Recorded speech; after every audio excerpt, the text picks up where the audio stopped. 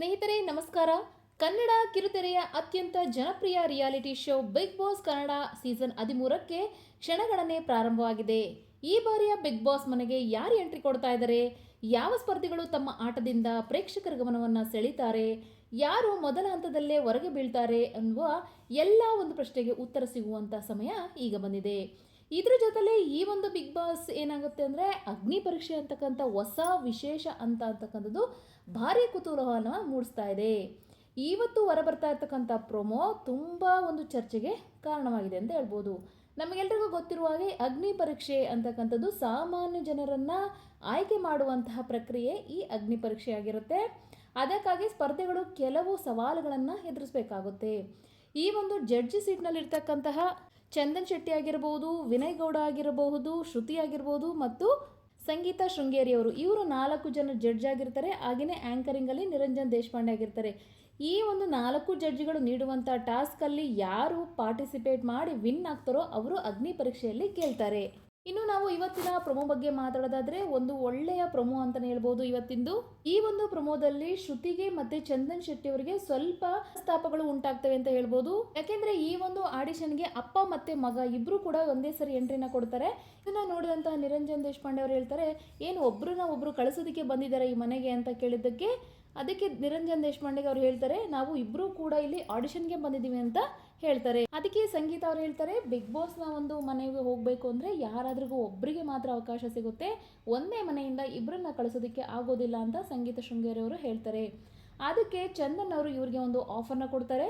ಇವರು ಒಂದು ಸ್ಟೇಟ್ಮೆಂಟ ಹೇಳ್ತಾರೆ, ಏನಪ್ಪ ಅಂತಂದರೆ ನೀವಿಬ್ಬರು ಏನಾದರೂ ನಮ್ಮನ್ನು ಇಂಪ್ರೆಸ್ ಮಾಡಿದ್ರೆ ನಾನು ನಿಮಗೆ ಇಬ್ಬರನ್ನು ಕೂಡ ತಂದೆ ಮಗ ಇಬ್ಬರನ್ನು ಕೂಡ ಬಿಗ್ ಬಾಸ್ ಮನೆಗೆ ಕಳಿಸ್ತೀನಿ ಅಂತ ಅವರು ಒಂದು ಸ್ಟೇಟ್ಮೆಂಟ್ನ ಪಾಸ್ ಮಾಡ್ತಾರೆ. ಈ ಒಂದು ಸ್ಟೇಟ್ಮೆಂಟ್ನ ಕೇಳಿದ ತಕ್ಷಣ ಶ್ರುತಿ ಅವ್ರಿಗೆ ಸ್ವಲ್ಪ ಕೋಪ ಬರುತ್ತೆ. ಅವರು ಹೇಳ್ತಾ ಇದ್ದಾರೆ, ಚಂದನ್ ಅವರೇ ನೀವು ಈ ಒಂದು ಬಿಗ್ ಬಾಸ್ನ ಫಾರ್ಮ್ಯಾಟ್ನೇ ಚೇಂಜ್ ಮಾಡ್ತಾ ಇದ್ದೀರಾ, ಅದು ನನಗೆ ಇಷ್ಟ ಆಗ್ತಾ ಇಲ್ಲ ಅಂತ ಅವರು ಚಂದನ್ಗೆ ಹೇಳ್ತಾರೆ. ಈ ಒಂದು ವಿಷಯದಿಂದ ಇಬ್ಬರಿಗೂ ಕೂಡ ಸ್ವಲ್ಪ ಕ್ಲಾಶ್ ಆಗುತ್ತೆ. ಅದಾದಮೇಲೆ ಶ್ರುತಿ ಅವರು ಹೇಳ್ತಾರೆ, ನೀವಿಬ್ಬರಲ್ಲೇ ಒಬ್ಬರು ಡಿಸೈಡ್ ಮಾಡ್ಕೊಳ್ಳಿ ಯಾರು ಹೊರಗಡೆ ಹೋಗಬೇಕು ಅಂತ ಇವಾಗಲೇ ಡಿಸೈಡ್ ಮಾಡಿ ಅಂತ ಶ್ರುತಿ ಅವರು ಅವರಿಗೆ ಹೇಳ್ತಾರೆ. ಇದು ಇವತ್ತಿನ ಒಂದು ಪ್ರೊಮೋ ಆಗಿರುತ್ತೆ. ಇಲ್ಲಿ ಸ್ವಲ್ಪ ಚಂದನ್ ಮತ್ತು ಶ್ರುತಿಗೆ ಈ ಒಂದು ಇಬ್ಬರ ಕಂಟೆಸ್ಟೆಂಟ್ಗಳ ವಿಷಯದಲ್ಲಿ ಸ್ವಲ್ಪ ಕ್ಲಾಶಸ್ ಆಗುತ್ತೆ. ಕೊನೆಗೆ ನೋಡೋಣ ಏನಾಗುತ್ತೆ ಅಂತ ತಿಳ್ಕೊಳ್ಳೋಣ. ಇನ್ನು ನಿನ್ನೆಯ ಒಂದು ಪ್ರೊಮೋ ಬಗ್ಗೆ ನಾವು ಹೇಳೋದಾದ್ರೆ, ನಿನ್ನೆ 72 ವರ್ಷದ ರತ್ನಮ್ಮ ಅಂತಕ್ಕಂಥವ್ರು ಬಂದಿರ್ತಾರೆ. ಹಾಗೆಯೇ 20 ವರ್ಷದ ಕುಮಾರಿ ಅನ್ನೋರು ಬಂದಿರ್ತಾರೆ. ಇವರಿಬ್ಬರನ್ನು ಕೂಡ ಇವರು ಆಯ್ಕೆನ ಮಾಡ್ತಾರೆ. 72 ವರ್ಷದ ರತ್ನಮ್ಮನನ್ನ ಏನಕ್ಕೆ ಆಯ್ಕೆ ಮಾಡ್ತಾರೆ ಅಂದರೆ ಅವರಲ್ಲಿರ್ತಕ್ಕಂಥ ಒಂದು ಎಕ್ಸ್ಪೀರಿಯನ್ಸ್ ಆಗಿರ್ಬೋದು. ವಿನಯ್ ಗೌಡ ಅವರು ಒಂದು ಕ್ವಶನ್ ಕೇಳ್ತಾರೆ ಅವರಿಗೆ, ನೀವೇನಾದರೂ ಇಲ್ಲಿ ಬಿಗ್ ಬಾಸಿಂದ ಒಳಗಡೆ ಹೋಗಿದ ಮೇಲೆ ನಿಮಗೆ ಊಟಕ್ಕೆ ತೊಂದರೆ ಆದರೆ ನೀವೇನು ಮಾಡ್ತೀರಾ ಅಂತ ಕೇಳಿದ್ದಕ್ಕೆ ಅವರು ಹೇಳ್ತಾರೆ, ನಾನು ಅದನ್ನು ಧೈರ್ಯದಿಂದ ನಾನು ಎದುರಿಸ್ತೀನಿ, ನನ್ನ ಒಂದು ಕೆಪಾಸಿಟಿನ ನಾನು ತೋರಿಸ್ತೀನಿ ಅಂತ ಅವರು ಕಾನ್ಫಿಡೆಂಟಾಗಿ ಹೇಳ್ತಾರೆ.